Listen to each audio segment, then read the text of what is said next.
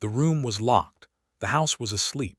And the only thing between Amara and a graveyard of promises was a piece of paper that could get her killed before sunrise, 3 in the morning. A dying man lay propped up like a busted king on his last square, fighting for air like it owed him money. Charles Beaumont didn't have strength left for prayers. He had enough for one move, maybe two. He looked at Amara like he'd been looking past her for years and finally decided to see her straight. "Sit," he rasped. "And write." Amara's hand hovered over the quill, but it wouldn't stop shaking. Not because she was scared of ink. She was scared of what ink could turn into. Words make things real. Words make enemies. Especially when those words say a woman and her children don't belong to anybody anymore. On the other side of that wall, in a cabin behind the kitchen, her 3 babies were sleeping like the world was safe. Edmund, Leela, Benjamin. 3 souls tied to her by blood and tied to the plantation by law. Like chains you can't see still cut the same. Amara knew what she was doing was forbidden. She'd been hiding her letters and her knowledge since she was barely tall enough to reach a table. A traveling preacher had shown her how the marks worked years ago, and she'd carried that secret like contraband ever since. Literacy wasn't a skill where she lived. It was a weapon. And tonight, the man who owned her was putting that weapon in her hands like it was nothing. Beaumont coughed and it came up wet. There was blood in it, just enough to tell the truth without saying it. He didn't have long. "Don't fix my words," he whispered. "Don't soften them. I'm not asking for mercy. I'm asking for proof." Amara swallowed hard. "If they find this." "They won't," he said, cutting her off, voice sharp for a man on the edge. "Not until I'm cold. And if they do, then let them choke on it." He stared at the ceiling like he was counting down his own time. "Write this," he said. "I'm freeing you, all of you." Amara's heart kicked once hard. Freedom wasn't a gift. Freedom was a fight. Freedom was a problem, and problems bring heat. Beaumont kept talking, pushing words out like he was paying a debt one breath at a time. He spoke about land, about cash, about papers that would say her children were not inventory. He spoke like a man trying to outrun judgment. And Amara wrote. She wrote with the candle stuttering beside her, shadows dancing on the walls like they already knew this story was going to end ugly. She wrote with the kind of focus you get when you know one mistake can get your whole family sold off piece by piece. Beaumont's eyes found hers. "My son will come for this," he said softly. "He won't argue with God. He'll argue with courts. He'll say I wasn't myself. He'll say you twisted me." Amara didn't answer. She didn't need to. She knew men like William Beaumont, not the face, the type. They don't hate you because you did something to them. They hate you because the world told them you were never supposed to stand up. Beaumont's fingers caught her wrist with surprising strength. Cold, bony, desperate. "You hide what you write," he said. "You hear me. You don't keep it where they expect. You don't show it unless you have to." Amara nodded once. Then the door behind her creaked, not enough to open, enough to remind her the house was not hers, enough to remind her somebody could be listening, enough to make her realize the real danger wasn't the dying man in the bed. It was whoever was awake on the other side of that wood, waiting for the moment this promise turned into a reason to spill blood. Amara didn't turn toward the door right away. That's how you survive in houses like this. You don't flinch first. You don't show fear to whoever's hunting for it. She kept the quill moving, steadying her hand by force like she was pressing her heartbeat into the paper. The candle hissed. The air tasted like smoke and sickness. Behind her, the floorboard creaked again. Then nothing, no footsteps, no voice. Just that quiet that tells you someone is either gone or making sure you don't know they're there. Beaumont's eyes narrowed, reading her face. "You got company," he whispered. Amara's mouth stayed neutral. "This house always got company." He gave a weak, bitter sound that almost passed for a laugh, then coughed again. "More blood, less patience." "Keep writing," he said. "We don't have time to fear ghosts." So she wrote the next line. Then the next. Beaumont spoke like a man trying to build a bridge out of words. He named the land, the money, the livestock. He named her children like he was finally claiming them with his mouth because his life hadn't had the courage. And Amara kept thinking about what happened after, because promises don't live in bedrooms. They live in hallways, in kitchens, in courtrooms, in the hands of men who smile while they sharpen knives. Beaumont's breathing turned ragged. He waved her closer. "Listen to me," he said, voice low enough the walls had to lean in. "When I'm gone, they'll act like this never happened." "Who?" Amara asked. He swallowed. "My son, my daughter, the cousins who pretend they're shocked while they count what they'll inherit, and my wife." His eyes flicked toward the door like he could feel her standing somewhere in the dark. "She knows," he said. "She's known." Amara's stomach tightened. Catherine Beaumont wasn't a rumor, she was a presence. Cold, polished, untouchable. The kind of woman who could destroy you without raising her voice. Beaumont's hand trembled as it reached for the edge of the paper. "You finish that letter," he said. "Then you make it disappear." Amara looked down at the ink. It was clean, careful, too careful, the kind of handwriting that screamed evidence. And evidence is a dangerous thing when the wrong people want it buried. A soft knock came at the door. 3 taps, measured, not a servant, not a child, a signal. Beaumont's face tightened. He knew that knock. Amara's pulse spiked. The door opened without waiting for permission. Catherine Beaumont stood there, candlelight catching the edge of her face. She didn't step in right away, she just looked. At her dying husband, at Amara's hand, at the paper, a slow, sharp assessment like she was counting bullets. "Is it done?" Catherine asked. Her voice wasn't angry, that was worse. Beaumont tried to sit up, failed, then spoke through his breath. "It's being done." Catherine's eyes went to Amara. "Bring that with you when you leave." Amara didn't move. "He told me to hide it." Catherine came one step closer, the hem of her night robe whispering over the floor. "You will hide it," she said, "but not where you're thinking." Amara watched her face, hunting for the trap. Catherine leaned in, just enough to make it private. "My son is going to tear this plantation apart looking for what you're holding," she whispered. "And he's going to start with your children." The words landed heavy. Then Catherine's gaze slid to the letter again, and for the first time something cracked through her composure. Not pity, exhaustion, like a woman who'd been living inside a lie so long she was tired of carrying it. She straightened, voice flat again. "Finish." Then she turned and left the door open behind her as she walked out. Not an accident, a message. Amara stared at that open doorway, feeling the cold air from the hall creep into the room. Beaumont's hand caught her wrist again. "Promise me," he whispered. "Promise me you'll fight for them."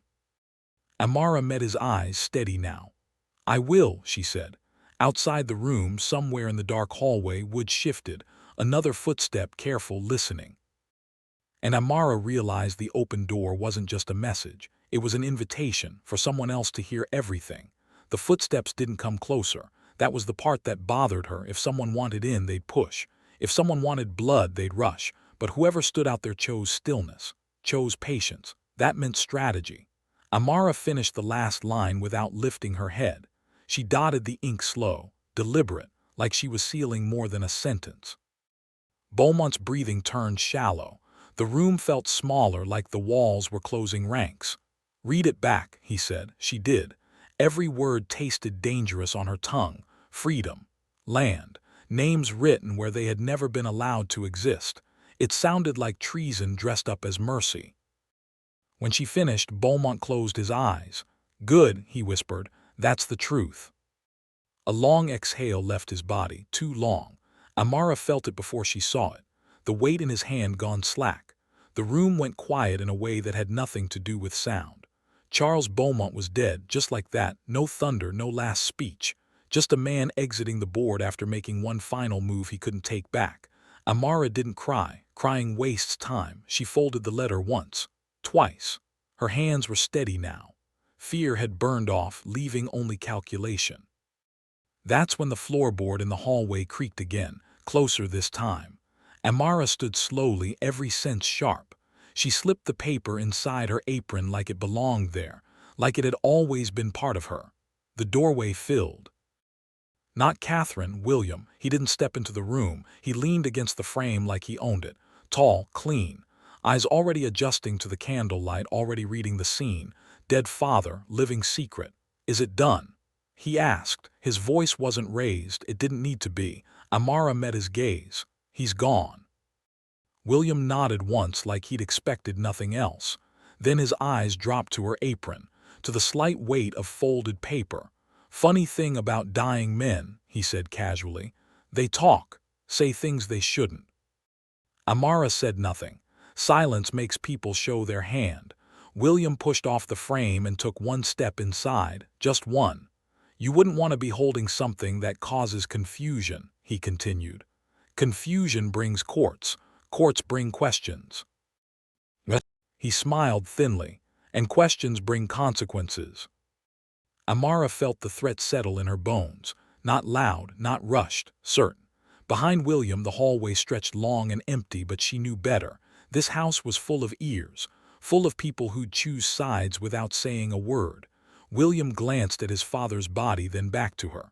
Hand it over, he said softly. And we can all pretend tonight never happened. That was the deal. Erase the paper, erase the promise, erase her children's future before it ever learned how to breathe. Amara took a step forward, not toward him, past him. William's smile vanished. She brushed by his shoulder close enough that he could have stopped her if he wanted to. He did. Because stopping her there would have meant acknowledging what she carried.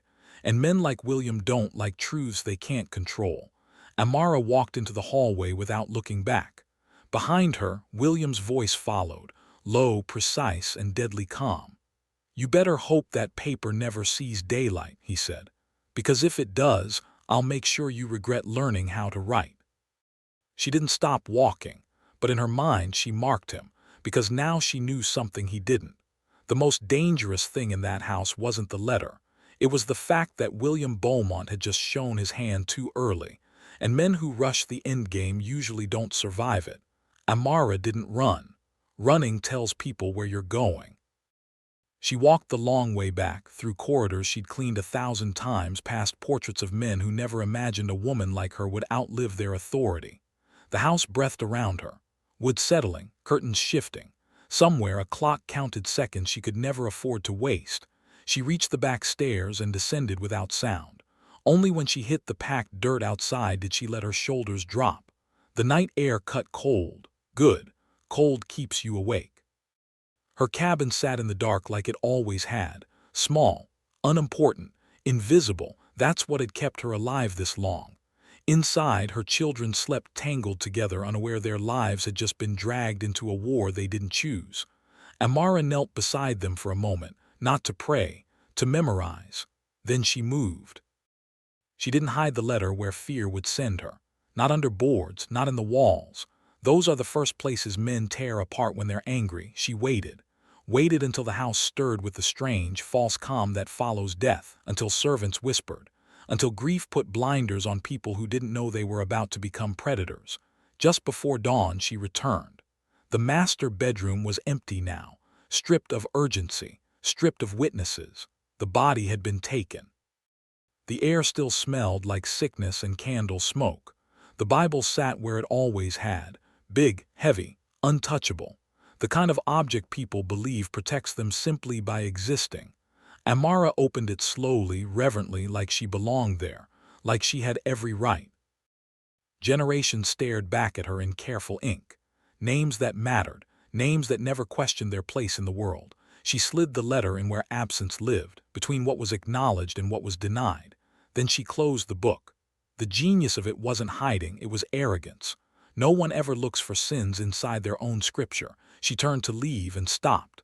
Catherine stood in the doorway, already dressed, already composed, mourning worn like armor. They looked at each other for a long moment. Did he finish? Catherine asked. Yes.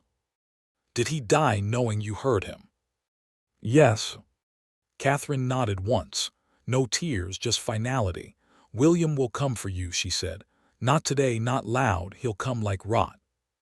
Amara met her gaze. Then he'll have to dig. Catherine's mouth tightened. He will.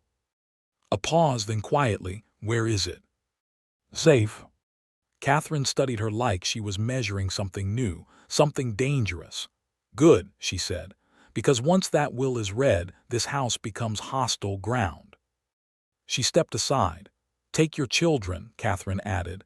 Stay visible. Invisibility is a luxury you no longer have. Amara passed her without another word.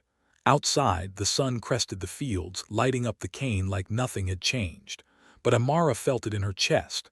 The shift. The moment when survival stops being enough. The moment when the game starts playing back. And somewhere in the house behind her, William Beaumont was already planning how to make a woman who knew how to write disappear. The courthouse smelled like old paper and older decisions. Amara felt it the moment she stepped inside, that weight of rooms where outcomes were decided long before words were spoken. White men in dark coats, benches polished by generations of certainty, a judge's chair raised just enough to remind everyone who mattered. William arrived like he owned the building. 3 attorneys, 2 witnesses already lined up. Confidence worn loud. Pierce leaned toward Amara. They'll try to bury you in procedure. Let them, she said quietly. I brought truth. The opening arguments were exactly what she expected. William's lawyer spoke of undue influence, of a dying man's confusion, of a woman who knew how to manipulate affection for gain. He never once said Amara's name without attaching something poisonous to it. Pierce stood next. He didn't raise his voice. He didn't argue emotion. He spoke about intent, about precedent, about a man who knew he was dying and chose clarity over comfort. He spoke like someone planting nails instead of throwing punches. Then William played his first card. He called servants from Thornfield. Men and women Amara had worked beside for years. People who looked at the floor when they spoke. People who'd been warned what happened to those who told the wrong story. They testified that Amara had special access, that she'd spoken privately with Charles, that she influenced decisions. Pierce didn't fight them. He waited. When his turn came, he asked one question that shifted the room. Did Amara Johnson have the legal right to refuse her master anything he demanded? Silence. The witnesses stared at their hands. No, one finally whispered. Pierce nodded. Then influence is impossible where consent does not exist. William's jaw tightened. The judge leaned forward. That night Pierce walked Amara to the steps. This will be long, he warned, and ugly. I know, she said. William won't stop. I know. Pierce hesitated. If things go badly, you need a contingency. Amara looked past him toward the street. I already have one. That night the fire came. Not to the cabin, not to her children, to Pierce's office. By morning, half the records were ash. William stood in the street watching the smoke like a man admiring work well done. Amara watched too from a distance, and in that moment she understood something that settled her bones into iron. This case would not be won by law alone. It would be won by survival, by patience, by outlasting a man who believed destruction was the same thing as victory, and William Beaumont had just made his first irreversible mistake. The smoke hung over St. Martinville like a warning. People pretended it was an accident, faulty lamp, careless clerk. These things happened. That's what towns say when they don't want to know who struck the match. Pierce's office was a blackened shell by sunrise, walls standing. Truth gone. William didn't deny it. He didn't have to. He walked into court that morning calm, refreshed, dressed like a man who'd slept well. That's how Amara knew the fire was meant for her, not the paper. Pierce leaned close. He's testing how far you'll bend. Amara watched William laugh with one of his attorneys. Then he's about to find out. The judge recessed proceedings for 2 days to assess the damage. That pause was dangerous. Gaps are where people disappear. Catherine sent word that same afternoon, not a note, a person. A young enslaved girl Amara barely knew slipped into the cabin at dusk, eyes wide, breath shallow. He's been asking, the girl whispered. About your children, where they go, who watches them. Amara felt the heat rise behind her eyes, but her voice stayed level. Go back, say nothing more. That night she didn't sleep. She packed, not everything, just what mattered. Before dawn, she took her children to a house on the edge of town, one of the free black families who'd been quiet but watching. No goodbyes, no promises, just instructions. If anyone comes, she told them, you don't open the door. Not for anyone who knows my name." Edmund nodded like he understood more than she wanted him to. By the time court resumed, William was irritated. He liked enemies who stayed put. Pierce had rebuilt what he could. Copies of affidavits surfaced from places William didn't control. Men who'd sworn statements months ago suddenly remembered details very clearly. William's attorney objected to everything. The judge overruled more than he sustained. That balance shifted the room. Then Pierce stood. "Your Honor," he said, "we intend to introduce a supplemental document dictated by Charles Beaumont on the night of his death." William's head snapped up. "A personal letter," Pierce continued, "in which Mr. Beaumont explains his intent, his mental state, and his knowledge that this would be contested." William was on his feet. That document was fabricated. Pierce didn't look at him. It was hidden in plain sight. The judge's eyes went to Amara. "For now," he said, "this court will allow the document to be entered pending authentication." William's face drained of color. He finally understood. The fire hadn't burned the truth. It had only told Amara exactly how desperate he was, and desperation makes men careless. That afternoon, William sent for her, not to threaten, to negotiate. "You leave," he said, voice low, measured. "You take some money, you disappear, I end this challenge." Amara studied him. "You don't want justice," she said. "You want silence." William smiled thinly. "Same thing most days." Amara shook her head. "Not today." William leaned closer. "Then you've chosen the hard road." She met his eyes. "I've been on the hard road my whole life." And for the first time, William Beaumont looked unsure whether he was chasing prey or backing a woman into something much worse. William stopped smiling after that. That was new. Men like him smile when they think they're in control. They stop when they realize control is slipping through places they didn't know were open.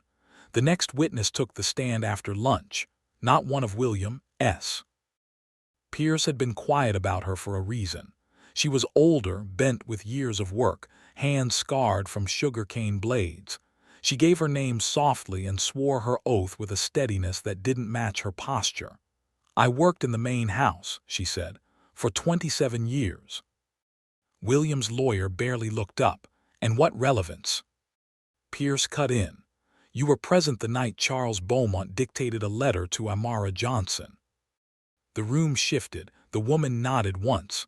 "I was told to bring water. I stood outside the door." William was already standing. "Hearsay." The judge raised a hand. "Sit down, continue." The woman folded her hands. "I heard him say he was of sound mind. I heard him say he knew William would fight this. I heard him say those children were his, and that he'd stolen their lives." Pierce asked gently, "Did Amara speak during this?" "No, sir, she only wrote." William's lawyer tried to break her, suggested confusion, age, bitterness. She didn't waver. "You don't forget the sound of a man begging forgiveness," she said, "especially when he's never asked for it before." That testimony cracked something open, not enough to win, enough to change the air. When court adjourned that evening, William didn't leave right away. He stayed seated, staring at the bench like he could burn the ruling into it with willpower alone. Pierce whispered, "We're close." Amara didn't answer. Close is when people get reckless. That night someone followed her. She knew before she saw them. The rhythm was wrong. Too careful, too practiced. She took a turn she didn't need to take, then another. The footsteps followed. When she ducked into a narrow alley, the man reached for her arm. She spun and drove her elbow into his throat with everything she had. He dropped, gasping. She didn't stay to see if he'd recover. By morning, word spread that Amara Johnson was becoming difficult. That she was ungrateful. That maybe William was right to worry. The judge called both parties into chambers that afternoon. No audience, no performance. "You are both skating on thin ice," he said. "Intimidation, arson, witness interference, this court will not tolerate it." William said nothing. Amara met the judge's eyes. "Your Honor," she said, "my children are in danger." The judge studied her a long moment. Then he said quietly, "For the duration of these proceedings, they will remain with you under court supervision." It wasn't protection, but it was something. William's jaw tightened. That night, Amara sat with her children pressed close, listening to the quiet. She didn't tell them about the man in the alley. She told them stories instead, because tomorrow would bring the letter.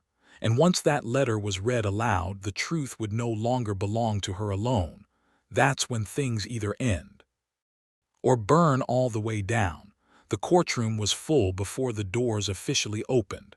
Word had spread, quietly, the way dangerous news always does.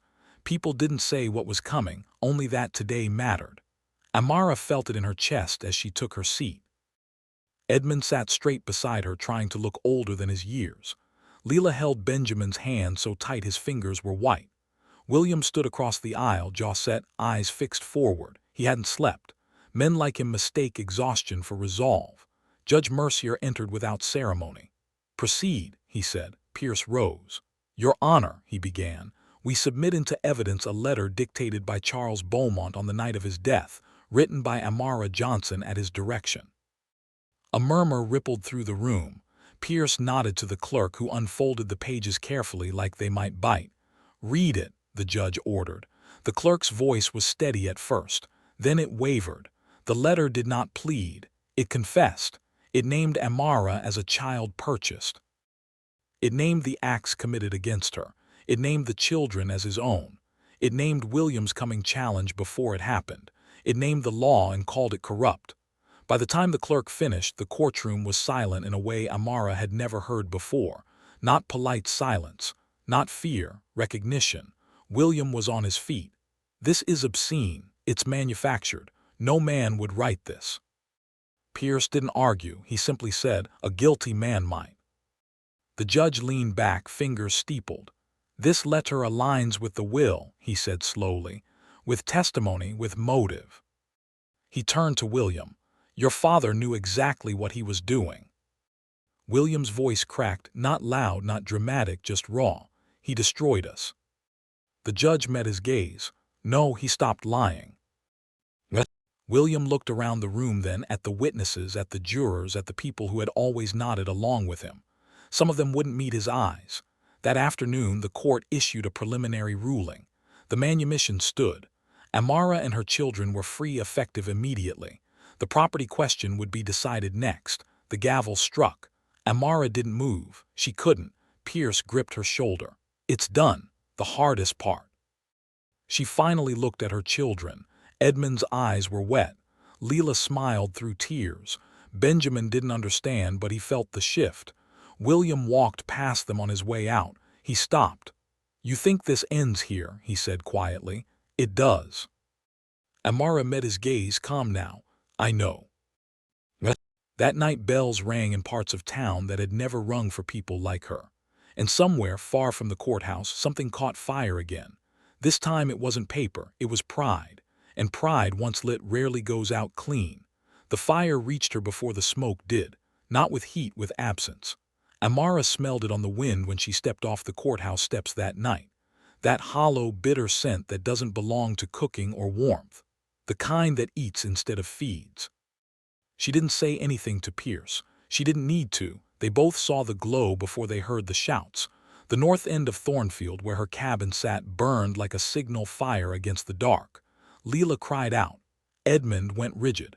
Benjamin buried his face in Amara's skirt. Amara stopped walking. Not because she was frozen, because she was counting. Flames mean choices. Choices mean intent.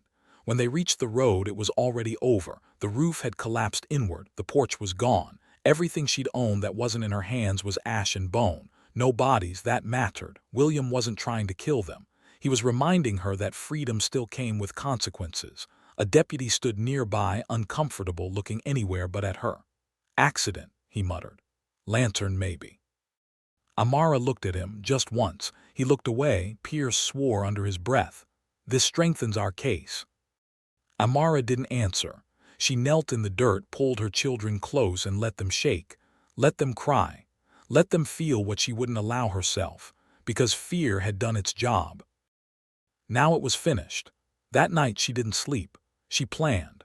By morning, she had made a decision that would cost her land, safety, and whatever illusion of peace the court could offer.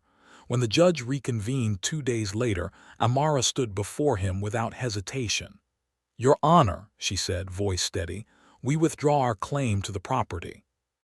The room erupted. Pierce turned to her, stunned. "Amara." She raised a hand.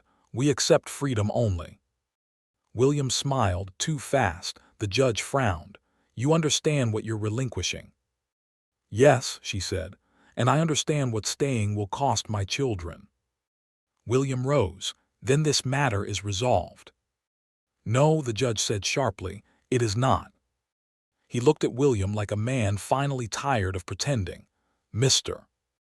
Beaumont," he continued, "the court has reason to believe intimidation and arson were used to influence this decision." William spread his hands. "There's no proof." The judge nodded. "Then there will be an investigation." William's smile vanished. Amara didn't look at him again because she wasn't playing his game anymore. She was leaving the board. That night, under no announcement and no farewell, Amara Johnson and her children disappeared from St. Martinville. Not running, repositioning.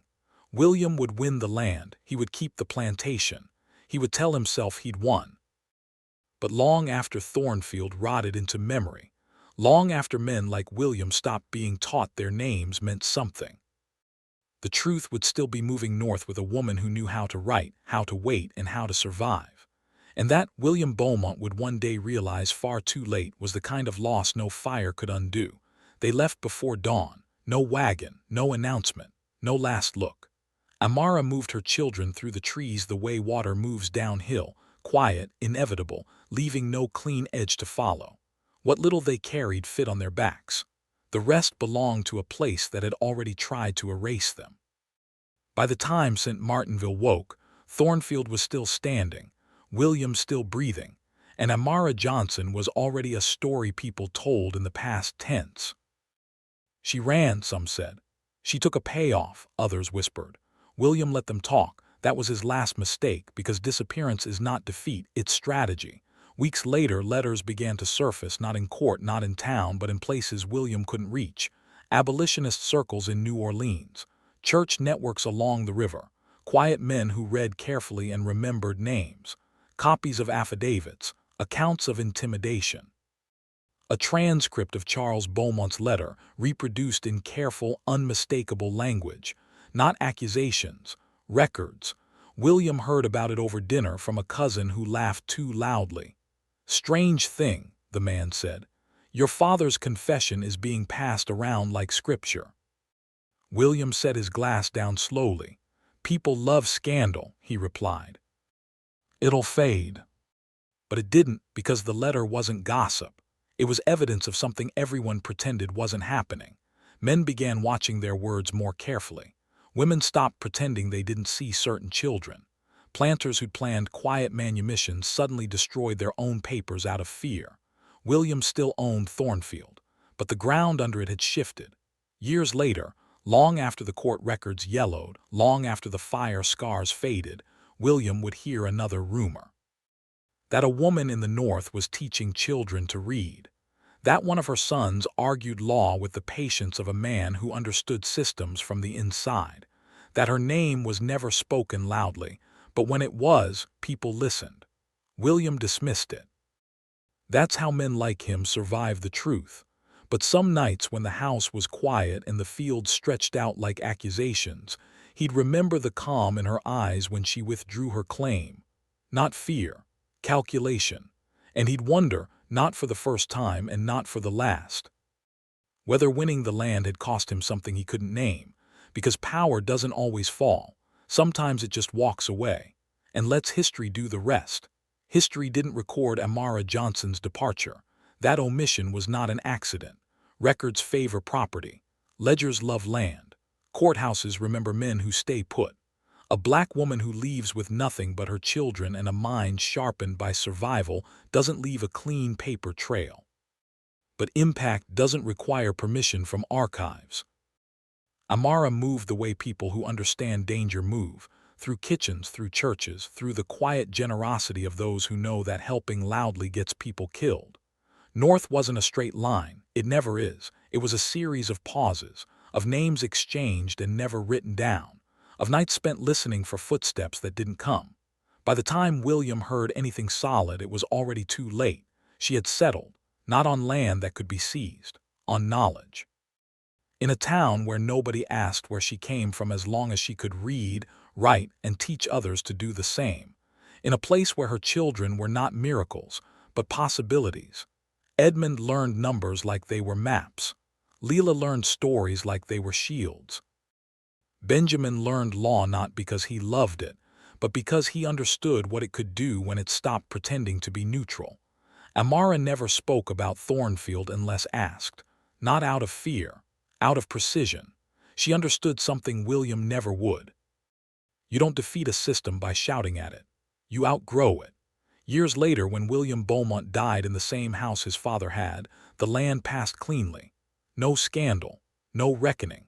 Just names carved into stone and a legacy that looked solid from a distance. But legacies rot from the inside. Somewhere far from Louisiana, children who had never been property learned to read from a woman who once wrote in secret. Somewhere, a courtroom would one day hear arguments shaped by a boy who learned early that the law could be bent or broken, depending on who held it. And somewhere, in the long ledger history keeps even when people don't, a quiet truth settled in. Charles Beaumont's confession didn't end slavery. Amara Johnson didn't save everyone. Justice did not arrive clean or complete, but something irreversible happened. A woman was told she could be erased, and instead, she chose to endure. And endurance, when it's patient enough, becomes power. The thing William Beaumont never understood was this. Power hates witnesses, it survives on forgetting. And Amara Johnson refused to forget. Years passed, not loudly, not ceremoniously. They passed the way real change does, uneven, uncelebrated, carried forward by people who had learned to live without permission. Amara grew older, not softer. Her hands stayed steady, her back straight, her voice low enough that people leaned in when she spoke. She never called herself brave. She called herself careful. Careful enough to teach children how to read without turning it into a spectacle. Careful enough to tell the truth without naming names when names would get people hurt. Careful enough to let her children choose who they would become. Edmund became a teacher first because knowledge was the safest weapon. Leela became a keeper of stories because memory is resistance. Benjamin learned the law because someone had to understand the machinery that tried to crush them. They did not grow up angry, they grew up precise. William Beaumont lived a long, respected life. That mattered too, because history rarely punishes men like him the way stories want it to. He sat on committees, he signed documents, he donated to churches. His name stayed clean because the world needed it to. But some nights alone in the house his father died in, he remembered the look in Amara's eyes the last time he saw her. Not fear, not triumph, finality. He had won the land. And lost the future. Amara Johnson died surrounded by people who spoke her name without lowering their voices. She died in a house that belonged to her. She died knowing her children could not be sold, erased, or silenced by a single signature. After she was gone, no statue was raised. No building carried her name. That's how you know her victory was real, because the most dangerous truths don't need monuments. They move quietly through generations. They sit in classrooms. They stand in courtrooms. They live in children who grow up knowing the world tried to break their mother and failed. Slavery ended on paper. Freedom took longer, and it was built piece by people like Amara Johnson, who were never meant to win, but did anyway.